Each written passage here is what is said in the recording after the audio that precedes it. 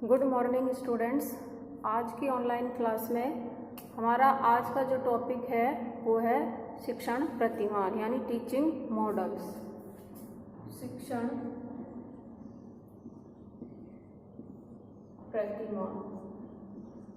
प्रतिमान teaching teaching models. तो शिक्षण प्रतिमान क्या होते हैं, टीचिंग मॉडल्स क्या होते हैं? तो अंग्रेजी में शिक्षण प्रतिमान को मॉडल कहते हैं और हिंदी में इसको प्रतिमान कहा जाता है। तो देखा जाए तो जो शिक्षण प्रतिमान होते हैं वो किसी शिक्षण आव्यूह यानी आव्यूह का अर्थ होता है यहाँ पर आव्यूह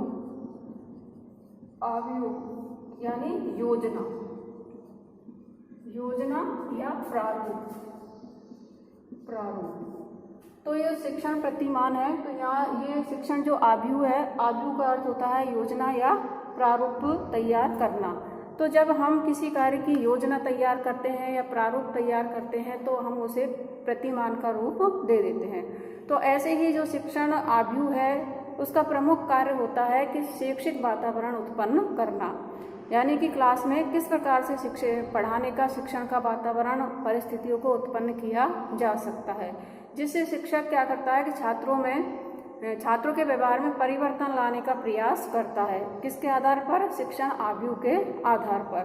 अथवा जो इस शिक्षण का जो प्रतिमान होता है वो शिक्षण आव्यूह है, जो शिक्षण योजना है उसका ही प्रतिरूप होता है, जिसके आधार पर शिक्षक क्या करता है, क्लास में जाकर के और पाठ्यक्रम की जो क्रियाएं हैं, जो विषय वस्तु से संबंधित जो कार्य और व्यवहार है उसको संपादित करता है। तो शिक्षण प्रारूप को शिक्षण प्रतिमान भी कहा जाता है तथा शिक्षण में शिक्षण सिद्धांत के लिए जो ये प्रारूप है, शिक्षण प्रतिमान है, वो किसका कार्य करता है? परिकल्पना का कार्य करता है। किसका कार्य करता है? परिकल्पना।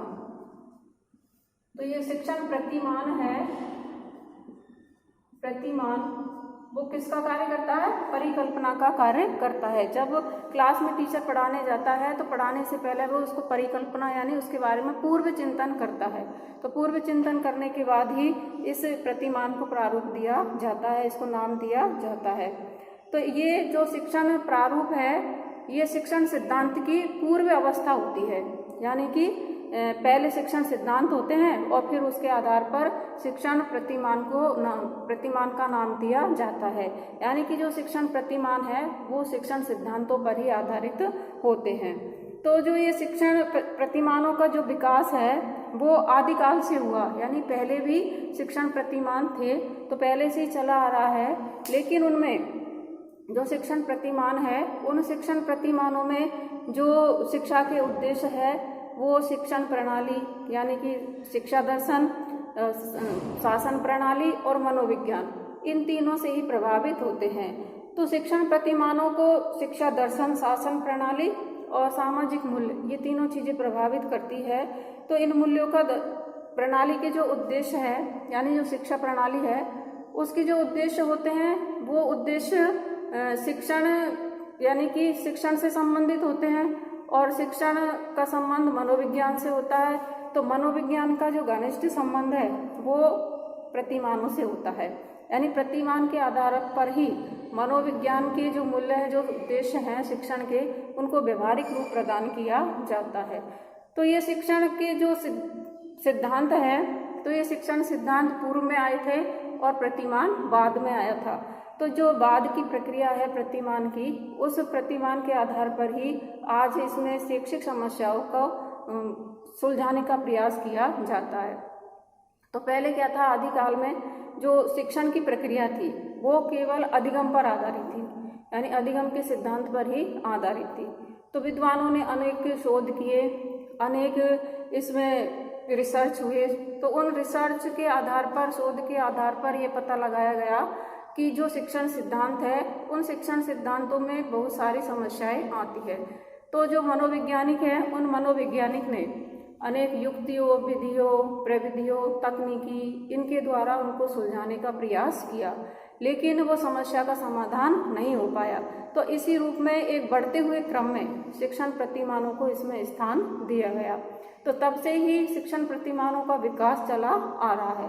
तो ये जो शिक्षण सिद्धांत है वो शिक्षण प्रारूप है वो शिक्षण सिद्धांत पर आधारित है।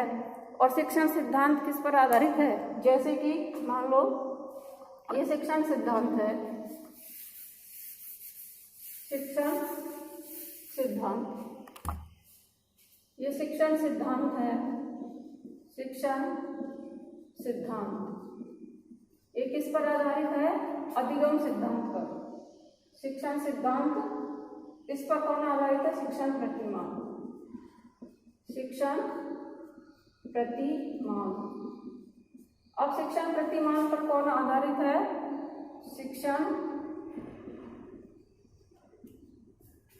शिक्षण सिद्धांत पर शिक्षण प्रतिमान आधारित है। और जो ये शिक्षण सिद्धांत है ये किस पर आधारित है? शिक्षण अधिगम पर। किस पर आधारित है? शिक्षण अधिगम पर, शिक्षण अधिगम पर। अब ये शिक्षण अधिगम किस पर आधारित है?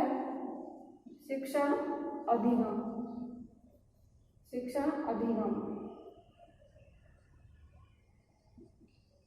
अधिगम। ये शिक्षण अधिगम है वो शिक्षण पर आधारित है। किस पर? शिक्षण पर आधारित है। तो इस प्रकार से ये प्रक्रिया चली आ रही है कि जो शिक्षण सिद्धांत है वो शिक्षण प्रतिमान पर आधारित है, शिक्षण प्रतिमान शिक्षण सिद्धांत पर आधारित है, और शिक्षण सिद्धांत शिक्षण अधिगम पर आधारित है, और शिक्षण अधिगम शिक्षण पर आधारित है। तो इन सब के जो मिलाकर के जो प्रारूप दिया है वो उसका नाम ही क्या है? शिक्षण प्रतिमान। क्या? शिक्षण प्रतिमान। इसे ही शिक्षण प्रतिमान क्या कहा जाता है। तो ये जो शिक्षण प्रतिमान है, इस शिक्षण प्रतिमान एक तरह से अनुदेशन की रूपरेखा है। यानी क्लास में जब टीचर पढ़ाने जाता है तो पढ़ाने से पहले जो अनुदेशन यानी जो सूचनाएं छात्रों को प्रदान करता है, तो उन सूचनाओं को प्रदान करने से पूर्व जो योजना बनाई जाती है उसे ही अनुदेशन का प्रारूप कहते हैं। और वो अनुदेशन का जो प्रारूप है वही क्या कहलाता है? शिक्षण सिद्धांत कहलाता है। तो उसे ही शिक्षण सिद्धांत कहते हैं। तो ये जो शिक्षण सिद्धांत है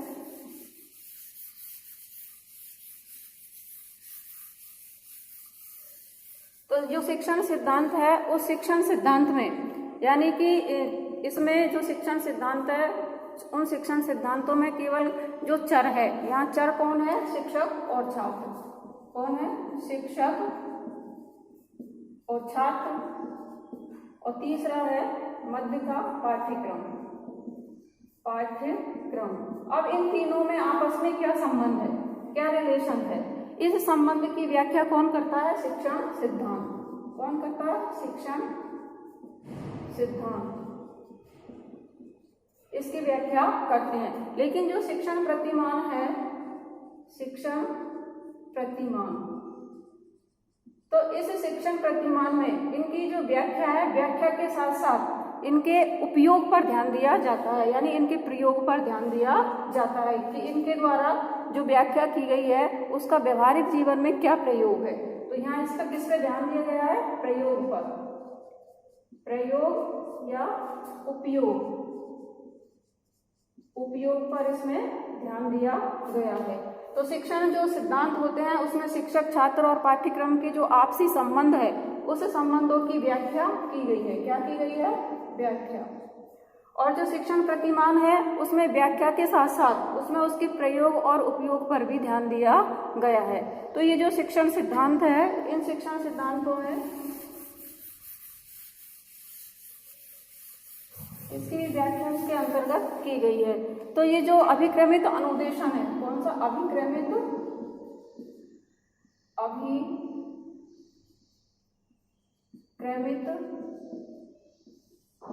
अनुदेशन। तो अभिक्रमित अनुदेशन में जो शिक्षण प्रतिमान है उसका प्रयोग पूर्णतः किया गया है। यानी अभिक्रमित अनुदेशन में शिक्षण प्रतिमान का प्रयोग देखा जाता है, प्रायोगिक रूप में इसको देखा जाता है, जो कि इसको स्किनर के अधिगम सिद्धांत पर आधारित है। किसके? स्किनर, स्किनर के अधिगम सिद्धांत पर आधारित है, क्योंकि स्किनर के अधिगम सिद्धांत के आधार पर ही इसमें अभिक्रमित अनुदेशन को प्रतिमान का रूप दिया गया है और वर्तमान में भी उस पर कार्य किया जा रहा है। तो इस प्रकार से यहाँ यह प्रतिमान दिखाई देते हैं। और जो प्रतिमान होते हैं तो इसे ही हम शिक्षण प्रतिमान कहते हैं या मॉडल कहते हैं। तो शिक्षण प्रतिमान क्या होते हैं? शिक्षण प्रतिमान वह होते हैं जो किसी वस्तु की नकल होती है लेकिन उससे वास्तविकता का आभास होता है, तो उसे हम क्या कहते हैं? शिक्षण प्रतिमान कहते हैं या शिक्षण प्रतिमान कहा जाता है। जैसे कि ताजमहल है, अब ताजमहल को हम उसकी नकल करके यदि उसको बनाएं, हम उसका मॉडल तैयार करें तो वो ताजमहल का जो आभास है हमें वास्तविक ताजमहल जैसा ही वो हमें दिखाई देगा, तो उसे हम मॉडल का नाम या उसे हम प्रतिमान के नाम से जानते हैं। तो ये जो प्रतिमान है उसमें 3 चीजें होती हैं, 3 चीजों के आधार पर इसको बताया गया है। पहला है इसमें गुणों को प्रदर्शित करने वाली आकृति की ओर संकेत करना। दूसरा है इसमें वो है किसी वस्तु की त्रिआयामी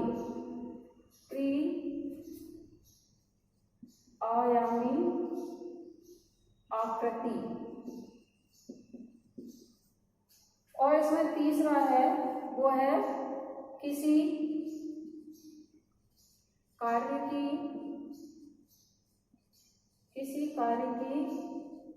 व्यवहारिक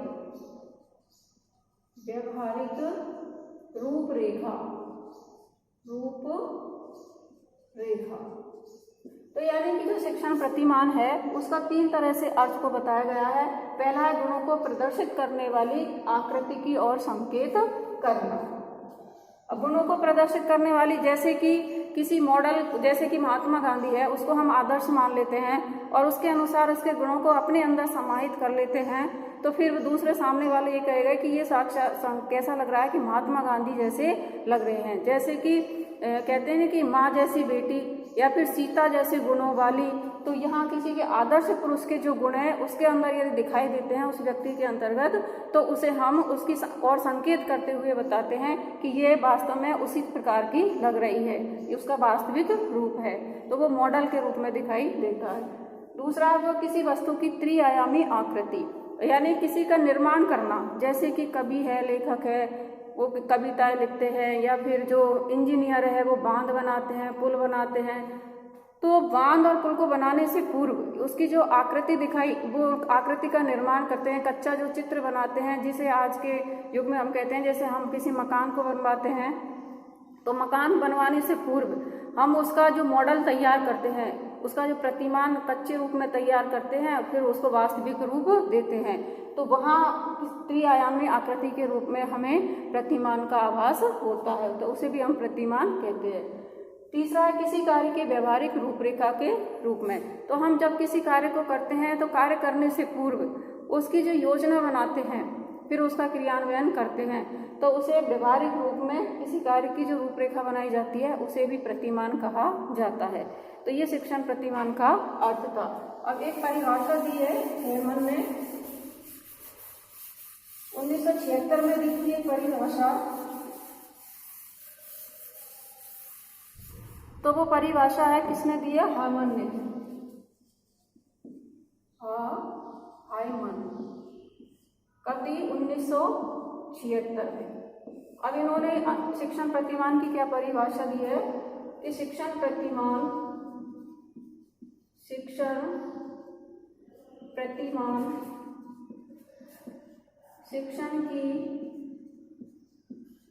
शिक्षण की सोचने की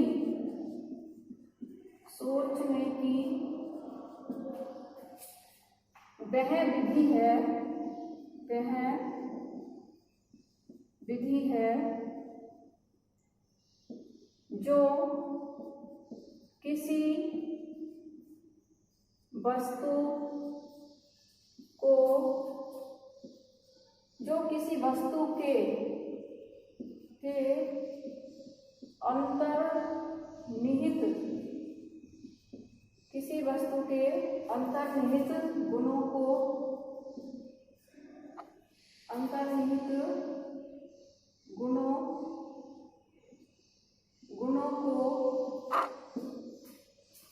को आधार प्रदान करती है, गुणों को आधार प्रदान करती है। तो प्रतिमान की जो परिभाषा हेमन ने 1976 में दी थी, उसमें उन्होंने कहा है कि जो शिक्षण प्रतिमान है वो शिक्षण के सोचने की वह विधि है जो, यानी कोई वस्तु है, उस वस्तु के अंतर्गत जो गुण है उन गुणों को क्या करती है, आधार प्रदान करने का कार्य करती है। तो उसे हम क्या कहेंगे, उसे प्रतिमान कहा जाता है। तो प्रतिमान का अर्थ आपको समझ में आया होगा। फिर अगला आगे पढ़ेंगे, फिर नए टॉपिक के साथ मिलेंगे। तब तक के लिए धन्यवाद।